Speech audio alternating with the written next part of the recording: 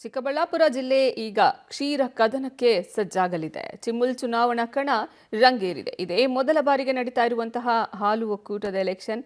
ಮೂರೂ ಪಕ್ಷಗಳಿಗೆ ಪ್ರತಿಷ್ಠೆಯ ಕಣವಾಗಿರೋದು. ಒಟ್ಟು 13 ನಿರ್ದೇಶಕರ ಸ್ಥಾನಗಳಿಗೆ ಚುನಾವಣೆ ಆಗಲಿದ್ದು ಘಟಾನುಘಟಿಗಳೇ ಅಖಾಡಕ್ಕೆ ಇಳಿದಿದ್ದಾರೆ. ಸಂಜೆಯೇ ಫಲಿತಾಂಶ ಸಹ ಹೊರಬೀಳಲಿದೆ.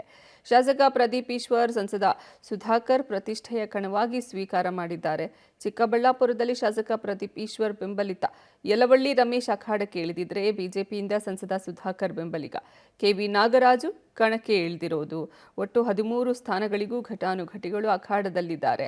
ಜಿಲ್ಲೆಯ ಎಲ್ಲ ಶಾಸಕರಿಗೂ ಚಿಮ್ಮುಲ್ ಚುನಾವಣೆ ಪ್ರತಿಷ್ಠೆಯ ವಿಚಾರ ಆಗಿದ್ದು ತಮ್ಮ ತಮ್ಮ ಬೆಂಬಲಿತರನ್ನ ಗೆಲ್ಲಿಸಿಕೊಳ್ಳೋದಕ್ಕೆ ಭರಪೂರದ ಆಮಿಷಗಳನ್ನು ಸಹ ಒಡ್ತಾ ಇದ್ದಾರೆ. ಚಿಮ್ಮುಲ್ ಒಕ್ಕೂಟವನ್ನು ನಾವು ಈ ಜಿಲ್ಲೆಗೆ ತರಬೇಕು ಅಂತ ನನ್ನ ಆಸೆ ಇತ್ತು. ಅದನ್ನು ನಾವು ತಂದಿದ್ದೀವಿ. ಆ ಒಕ್ಕೂಟಕ್ಕೆ ಆಯ್ಕೆ ಮಾಡುವಾಗ ನಾನು ಜನರಿಗೆ ಇಷ್ಟೇ ಹೇಳ್ತೀನಿ, ಯಾರು ಕರೆನ್ಸಿ ಎಷ್ಟು ಕೊಡ್ತಾರೆ ಅದಕ್ಕೆ ಮತ ಕೊಡಬೇಡಿ ದಯವಿಟ್ಟು.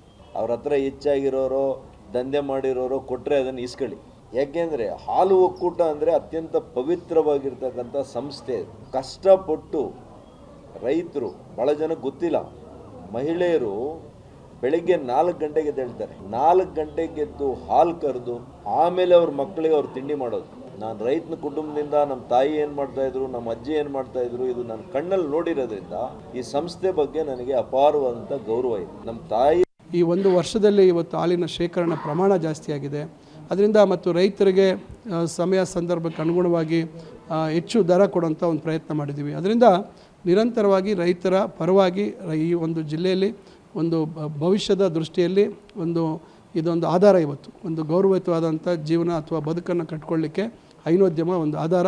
ಅದರಿಂದ ಅದನ್ನು ಯಾವುದೇ ಕಾರಣಕ್ಕೂ ದಾರಿ ತಪ್ಪುವಂಥದ್ದಕ್ಕೆ ಅವಕಾಶ ಕೊಡಬಾರ್ದು ಅಂಥೇಳಿ ಇವತ್ತು ನಾವು ಹಾಲು ಒಕ್ಕೂಟದ ಒಂದು ಆಡಳಿತ ನಮ್ಮ ಯಾರು ನಮ್ಮ ಪರವಾಗಿರ್ತಕ್ಕಂಥ ನಿರ್ದೇಶಕರು ಗೆಲ್ಲಬೇಕು ಮತ್ತು ಸರ್ಕಾರ